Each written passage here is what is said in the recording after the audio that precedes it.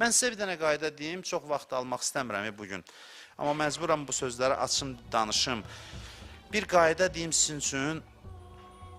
Hərdən bir, istəyirsinizsə din sizə asan olsun, hərdən bir, bax bunu yadda saxlayın, sizə çətin gələn əməllərdən eləyin. Məsələn, Cəfər təyyar namazı təxminən 45 dəqiqə çəkir. Düzdür? Bəziləri belə baxır ki, indi axır qıldıracaqsan bizə Cəfər təyyar namazını. 45 dəqiqə çəkir. Bizə qayda qoyublar dindəki, ibadət yordusa eləmə, düzdür, bunu deyiblər. Amma, bəzən biz yormayanda da eləmirik axı, heç nə eləmirik. Elə bilirik ki, bu Cəfər təyyar namazı xüsusi bir zümrə üçündür. Onlar orada yaşayır qılıb, bizə aid deyil bu, ölənəcən bizə aid olmayacaq. Hərdən bir, çox da çətin deyil, 45 dəqiqə vaxtı alacaq.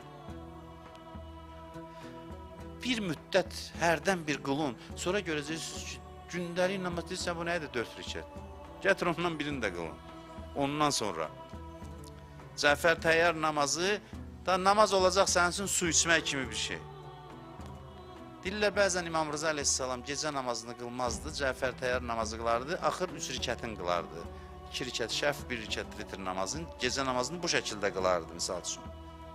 Hərdən bir qılaq, belə çətin gördüyümüz əməli, düzdür, yenə deyirəm, özümüzü yormaq olmaz. Amma gördün ki, ruhun münasibdir, dur onu bir dənə fərq yerinə yetir, hərdən bir çətin əməllərdən eləyək, hərdən bir. Onda görəcəksiniz, din də, həyat da asanlaşır sizin üçün. Deyirsən, 45 dəqiqə vaxtım gedəcək, elə bil ki, sən vaxtının belə qədrini bilən adam. O qədər elə 45 dəqiqələri boş-boş qəlyan çəkməkdə hədər eləmişsən. Boş-boş, 45 dəqiqələr yığ üst-üstə nə qədər hədər olub, bir dənə 45 dəqiqən faydalı keçsin. Bir dənə 45 dəqiqə.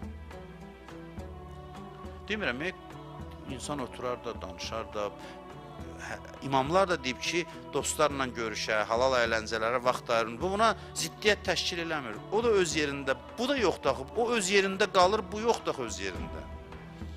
Bu da olsun da öz yerində.